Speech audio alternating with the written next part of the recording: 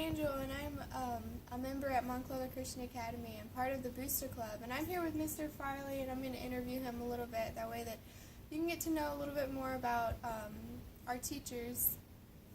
So, yeah.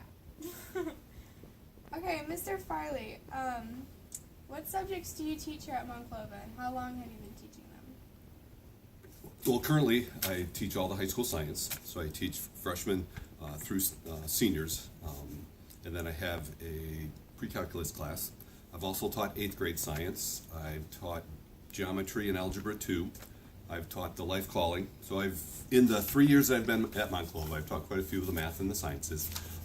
This year is actually my first year of ever teaching anatomy, having a great time, really enjoying it, learning a lot, and really amazed at the information there. Collectively, this is my, like I said, 3rd year at Monclova. I believe I'm on 30 years total. So my 30th year of teaching. Okay. Why did you decide to become a teacher? I'll try to make a long story short. It really started in 9th grade. I had a natural ability bent and an aspiration and a desire and a love for math. And I was good at it. Even as a 8th grade freshman in high school. So really my initial direction was going to be engineering. Math, in my mind, equaled engineering. But it was really interesting. There was a camp that I went to between my junior and senior year of high school. And for a week long, it was actually called Teen Leadership Camp. It was at Clark Summit University in Clark Summit, Pennsylvania. And it was at that camp that I really made a commitment to serve the Lord. I didn't know where, didn't know how, didn't know in what manner, but I wanted to serve the Lord. And yet I still had this ability and this desire for math. So in my mind and my heart, and I think God working in my life, trying to connect math and serving God, and the place that they met was education. So that really what led me into education, and obviously was pretty strong because it's been for 30 years. Okay. What is your favorite event at Monclova?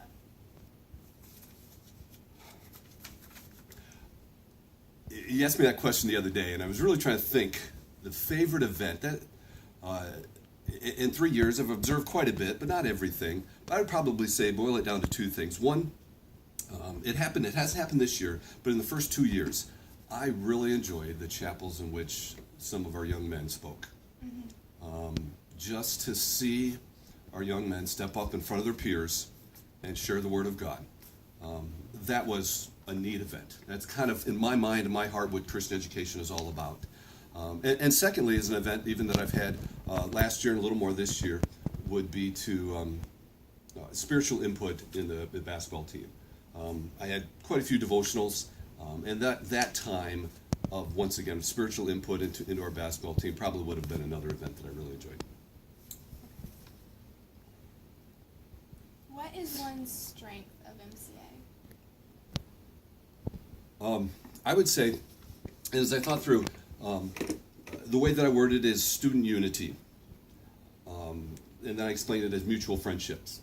When I see our students, I don't see this little group and this little group and never the two shall meet, but I truly do see our students mutually as friends. And that's not a grade-specific observation. It's friendships across grades, whether it's at the lunch table or just in interacting with kids in a study hall. Hopefully, and by God's grace, it's the love of Christ amongst our students showing between them. But students truly getting along in expressing a godly Christian love for one another. And I think that's unique. I don't see the conversation, sure, there's a little drama here and there, but I don't see the big concern and conversation of the proverbial cliques. And I think that's encouraging. So that's probably what I see and how I would describe our students. Okay. Is the strength. From a teacher's point of view, what are the MCA students like? I would probably have to just reiterate the same answer. I asked that question in my study hall the other day. Explain to students. The only explanation I got from my study hall kids was, we're talkative. Well, that's true. But I think the unique character of our students is that mutual friendship. Okay.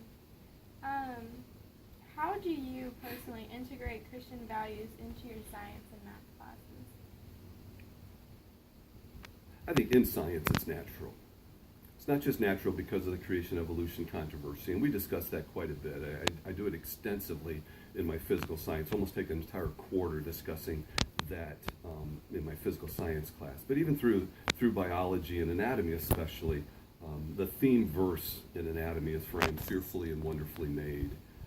And I just as God leads through conversations, we just pause and think and pause in awe at how we are made, and point that as a firm creationist that we are not just created, but we are created in God's image.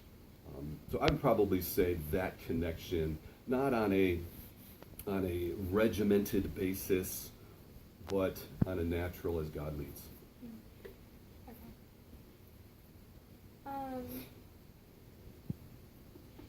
Is there any comments that you would like to say regarding MCA, Christian education, or the student body? Actually, it's quite unique. I was just having a conversation with Mr. Black this morning, just about Christian education in general. And I've been involved in Christian education really since 1973. I attended my first class as a fifth grader in a Christian school. So even through the years, I have absolutely been sold on Christian education. And I've experienced Christian education in all aspects. As an elementary, junior high, high school student, as a graduate, as a parent of Christian school graduates, as a parent of Christian university graduates, and obviously as a teacher, as an administrator. And so I've seen a lot of aspects of Christian education. And from the bottom of my heart, I'm absolutely sold on the worth and the value of Christian education.